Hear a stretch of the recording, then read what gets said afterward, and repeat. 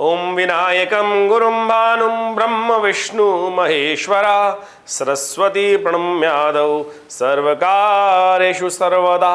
नमस्कार, स्वागत है आपका आचार्यवाणी में। मैं आचार्य डॉक्टर विक्रमादित्य आपके साथ हूँ और आज का हमारा जो विषय है वो है कुंभ राशि वालों के लिए राहु का जो परिवर्तन हुआ है वो क्या कुछ करेगा।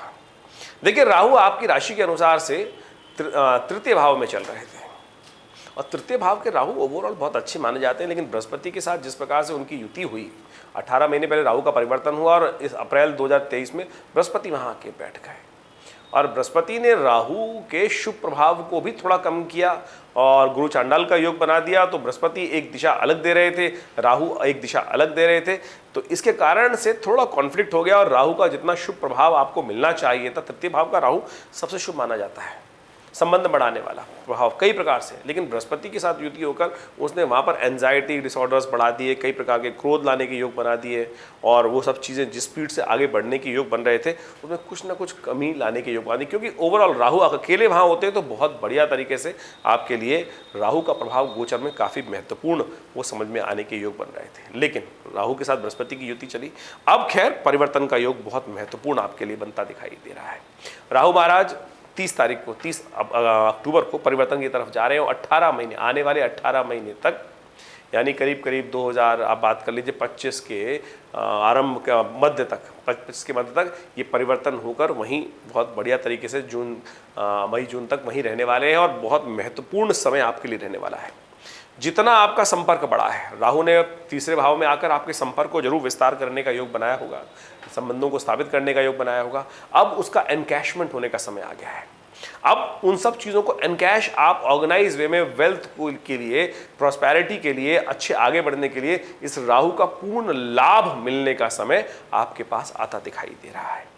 आपको किस्मत का हाल विशेष तौर पर ठीक करने का प्रयास रखना चाहिए, गुस्सा नहीं बनाना है आपको। केवल शुरू के 6 महीने इस बात का विशेष तौर पर ध्यान रखना है कि छोटी छोटी बातों में गुस्सा ना बढ़े, नहीं तो किस्मत का हाल ऊपर नीचे हो सकता है। गुस्से को कंट्रोल रखने का आपको सबसे पहला दायित्व आपको रखना चाहिए। कहाँ आ रहे हैं? अभी तक आप तृतीय भाव में चल रहे थे।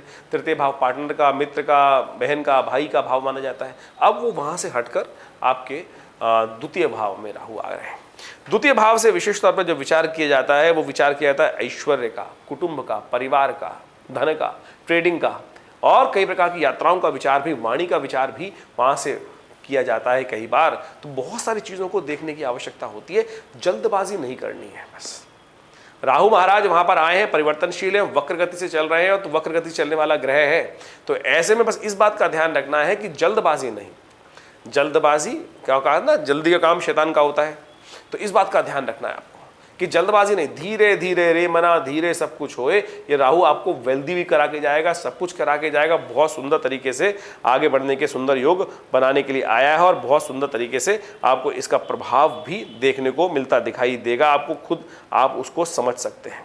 बहुत बड़े बड़े लोग, राहु की अगर हम बात करें कि द्वितीय भाव का राहु कैसा होता है लोगों के लिए, तो आपको जानना चाहिए कि किन किन कुंडलियों में, किन किन लोग, बड़े बड़े लोगों की कुंडली में राहु द्वितीय भाव में बैठे हुए हैं।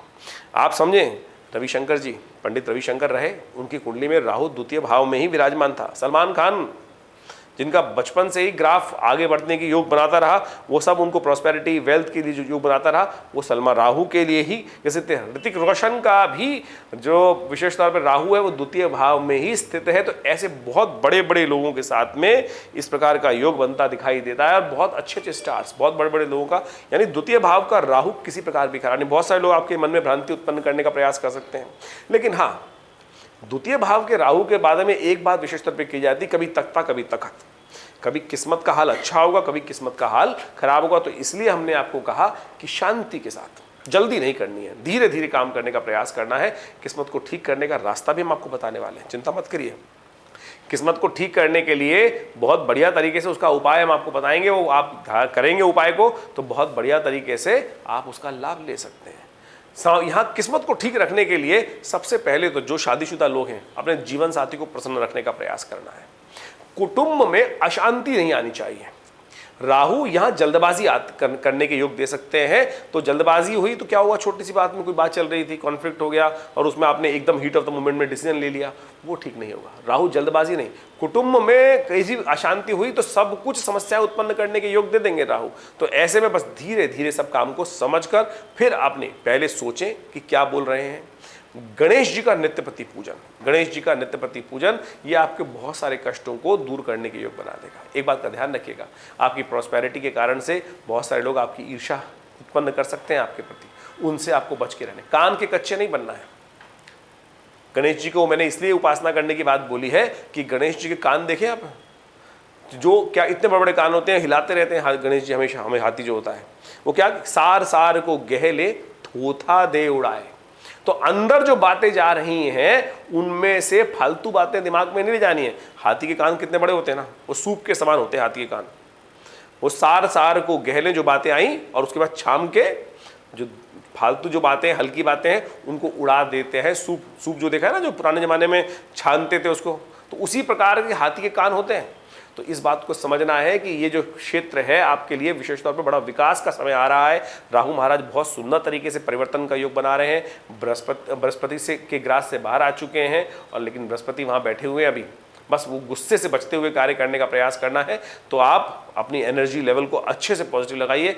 बाहर ट्रैवल भी बहुत कराएंगे, नए संबंध भी जो बने हैं पुराने ज़माने में उन ट्रैवलों को एनकैश करके उनके साथ घूमकर जाकर बातचीत कर कर अब एनकैशमेंट का समय सही रूप से आता दिखाई दे रहा है, उसको आपको ठीक रखने का प्रयास करना चाहिए। चांदी आपके लिए बहुत सुंदर रहने वाली है। हम कहेंगे कि ऐसे में मन को शांत, गुस्से वाली बात आई थी ना, तो गुस्से को अननेसेसरी बढ़ाने के लिए ठीक करने का कैसे काम कर रहा है, तो खाने के लिए कुछ ना कुछ ऐसी व्यवस्था रख ले, पानी या पीने के लिए या खाने के प्लेट में चांदी का उपयोग किसी ना किसी रूप में करने का प्रयास कीजिए। चांदी मन को शांत रखेगी, शीतल रखेगी और बहुत सारी समस्याओं को दूर करने में आपको विशेष तौर पर लाभ भी देने के योग बनाती दिखाई दे रही है। तो खास तौर पर इस बात का ध्यान रखें। एक बात और, श्वान से अपनी दूरी बनाए रखें।